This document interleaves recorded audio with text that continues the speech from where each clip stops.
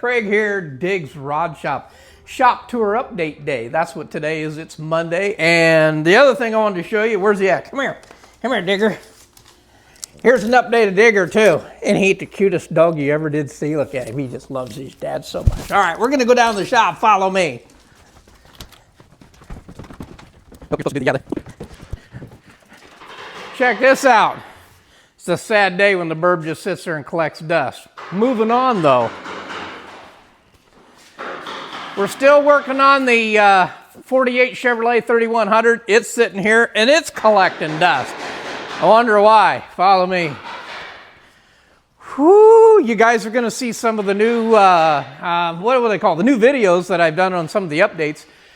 And this is a video that you're going to see on this 32 Ford that we picked up here a couple weeks ago. This is my personal car, and I've been wanting this thing for a long, long time. I'm going to show you something real quick. Follow me. Check the dash out. Go right up to that dash. Remember me telling you that that dash was smoked? Well, that was done with an acetylene torch. I'll explain that another time too. But it's running. I took it for a spin this morning. Come on in here. Well, the 68 Dodge Charger has moved from over there to in here, and Kassidy's been working on it. We put a new windshield in it. It's got a new gas tank in it, new fuel pump. Having a few issues with that. Running out of power, actually, is running out of fuel. So actually isolated it from the dyno guy. He's the one that isolated the difficulty that they were having with the fuel. So that seems to be taken care of now too. But that 68 Dodge Charger with the Hellcat in it, sitting right here, and it's got a new windshield in it. Follow me. There's Kassidy. Say hi, Kassidy. we haven't been on the 48 for about a week now because we've been trying to play catch up with a few other things. But we've got this Torino in here, and I'm not going to stop these guys from working because we are a working shop. Let's go say hi to JJ.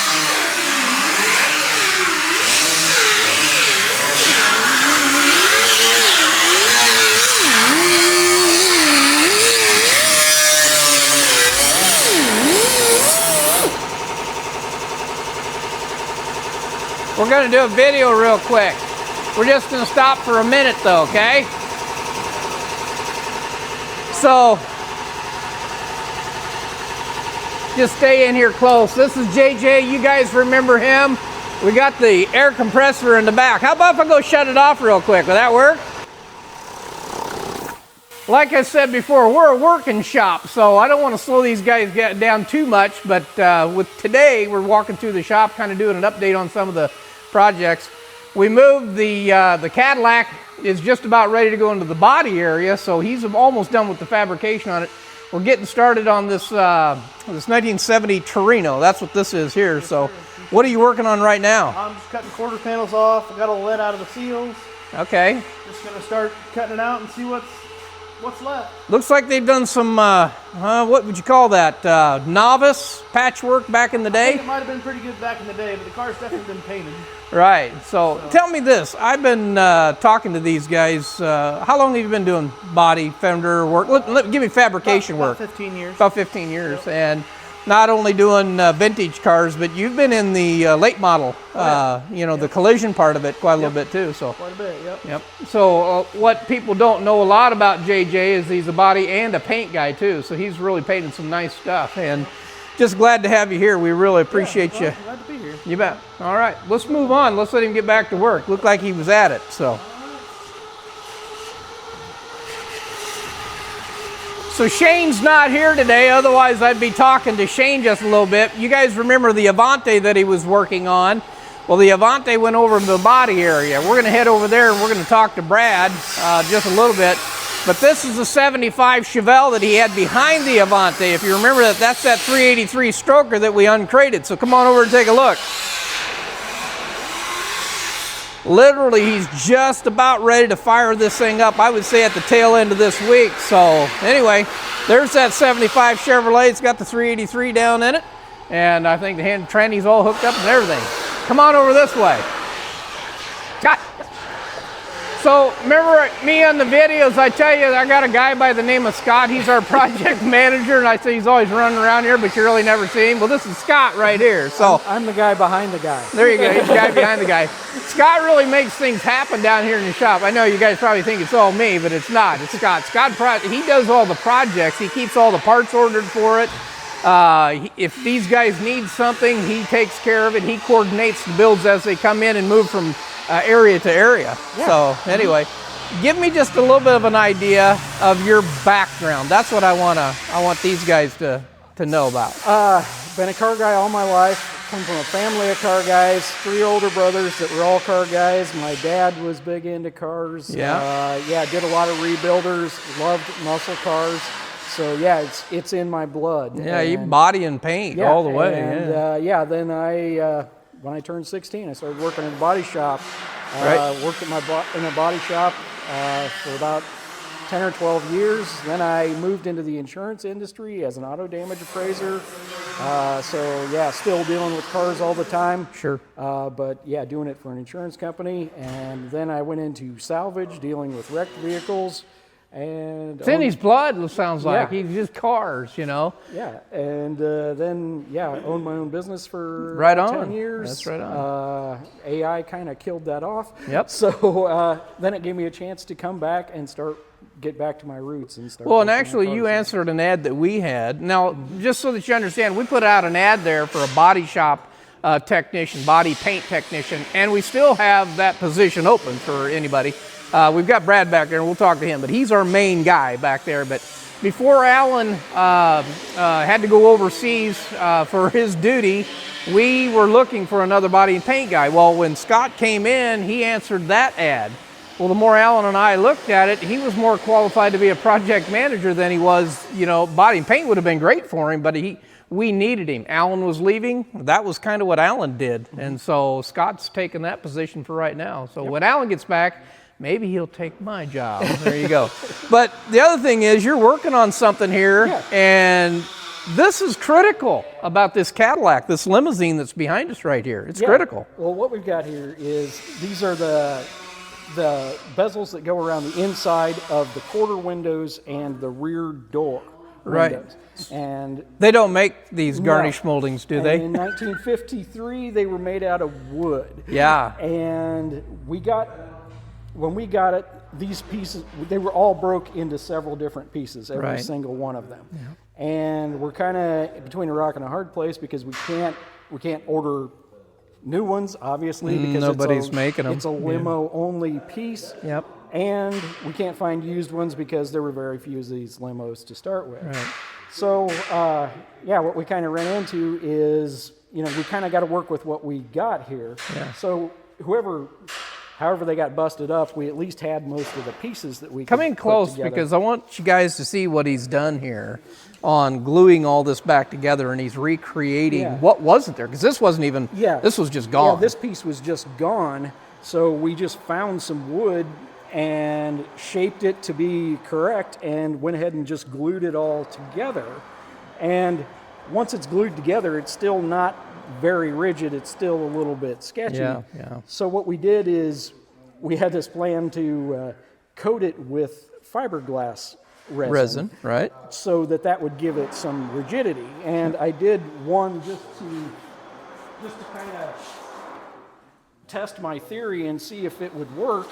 So this, like the rest of them, was busted into a couple different pieces. Yeah. So we glued it together and then just coated it with that fiberglass. This is all going to get sanded down and painted black, right? And then we'll sand it out, smooth it down, paint it black, and no one will be the wiser of what we've done to this thing. But a lot of time and trouble to go into just to recreate something. They don't repop something like this. But it kind of goes to show sort of the things we do here at Diggs is that we just gotta. You got to find a way to make it work, and it's got to look good, it's got to be safe, and it's got to function correctly. And we just found a way to make this happen again. Yeah, right on. There you go. Make it work. So. Well, and I'm probably keeping you from it, so let's let him get back at it. Back after it. All right, thanks. Let's head this way. Let's go talk to Brad. It's too dirty over here. I know it, but see, it's dirty over here because you're a working man. So anyway, so here, let me give you guys a little bit for Brad. Brad's the one that painted that pink 36 Plymouth Coupe, and I mentioned that in one of the videos, but when we went back through and edited, we actually took that part out. Sorry, I'll do better next time. But I want you guys to know he's the one that did the body and the paint on the 36 Plymouth Coupe, and it's just phenomenal. Anyway, so Brad, how long you been working here? 3 years, almost to the day. Almost to the day. That means donuts, right? Oh, we missed out on Shane's donuts. Yeah, I know. We'll wait till he gets back. So anyway. Double donuts this month. So Brad's been with us for 3 years, and he's pretty much taken most of the body with the body shop and all the painting. I mean, that's his load. I mean, he's got all that in front of him here. With that said, let's go back and take a look at the Avanti real quick. It's important to look at this car. Most people don't realize. You can come on back here too, Brad. This whole car's fiberglass, and so Brad's got to strip it completely down and get all the paint off of it, and that's because, hey, if it's got a crack or body work that's been done covered up by paint, we're going to need to find that out, and if it needs to be repaired, it's going to have to be repaired. So The whole front. like the whole front. Am I afraid to go around to look at the front and see that it's all damaged? Been hit before, is that what you're telling me? Been hit, probably a collision. So all right, let's walk around the front and take a look at it. So Brad, give me your experience in body and paint. I mean, I remember when you were interviewing, I mean, you've painted cars, you've painted tractors. I mean, how many vehicles have you done in your lifetime, do you know? No, not a whole bunch. Not a whole bunch. You just became good at what you did? Assembly line painter for years. Yeah, I gotcha. So thousands of pieces a day. Is this a little bit different than assembly line work? Yeah. You can kind of set your pace too. You know, we're a time and material shop is what we are. We don't rush through everything, so it's good to be able to take the time that you need to take to, you know, do the job right. And we're not going to let it out of the shop unless it's right. So, and like I said before, you can see that in that 36 Plymouth Coupe that Brad did. That thing was just laser straight and just, it's going to win some awards. There's no doubt about it. I'm excited about that too. So, all right, well, let's move around the other side. This thing's rough. That's got a lot of little fiberglass work to do in there. And I just got to thinking about these down here on the bottom too. We're going to have to kind of get back in there and recreate that lip on that one too. Make some pieces. Yes, sir. So you can see that. All right. Well, That many sanding boxes on this car already. really, wow. It's difficult. Well, it is, and you can't sandblast this car. You got to sand it all off. I mean, it's, Stripper, because it'll absorb. And yeah, you don't want to paint strip. Yeah, that's what he was saying. You can't put really stripper on it too, because if that absorbs into the fiberglass, you got to get that out or paint will never stick. That's for sure. So, well, it's looking good. And I know the customer was here today, or actually they're coming tomorrow. The customer for the Chevelle was here today.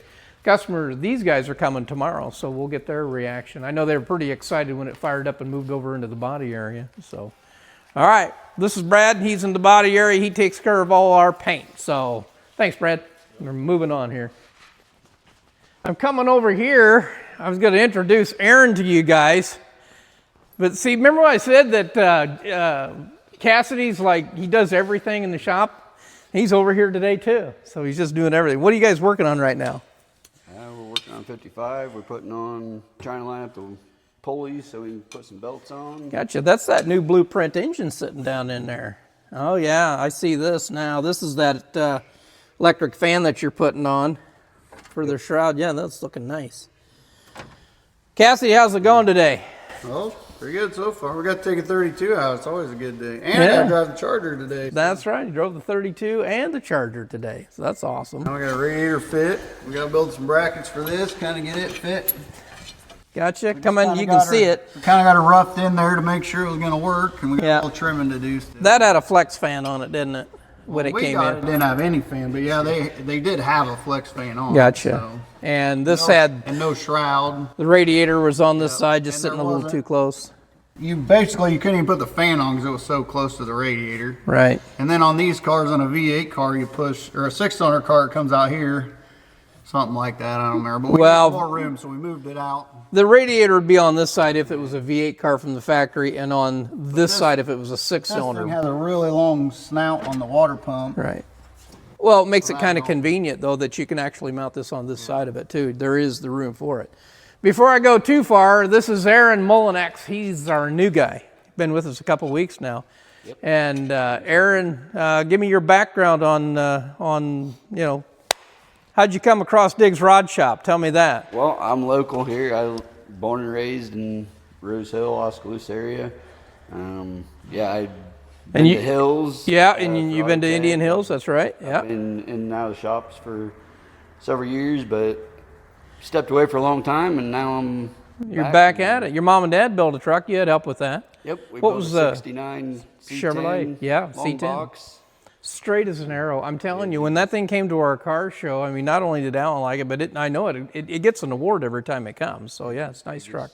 Thank you. Yeah, it is very nice, and I know he had a lot to do to it. So, well, he came here last October, I suppose, September, October, answered an ad, and it wasn't until just the first of the year that he was actually able to come to work with us. Yep. So anyway, so we put him on. A friend of ours passed away this last summer, and late fall. This belonged to him and the family, and it wasn't getting finished, and now we're getting it finished for him. So with that said, we put Aaron on it, and got Kassidy over here too, just guiding the way too, because there's some custom sheet metal work.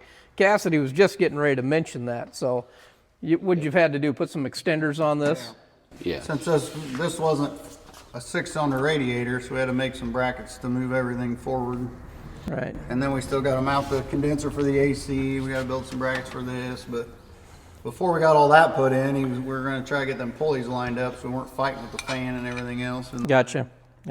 Okay.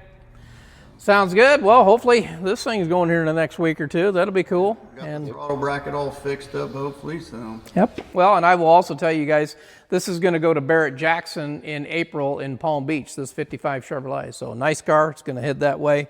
So with that said, thanks, guys. I'll leave you alone. It's probably break time, though, isn't it? Yeah. Just about. Hey, we let them take breaks here at Diggs Rod Shop. This is Dig, or that's Digger right there. I'm Dig, actually.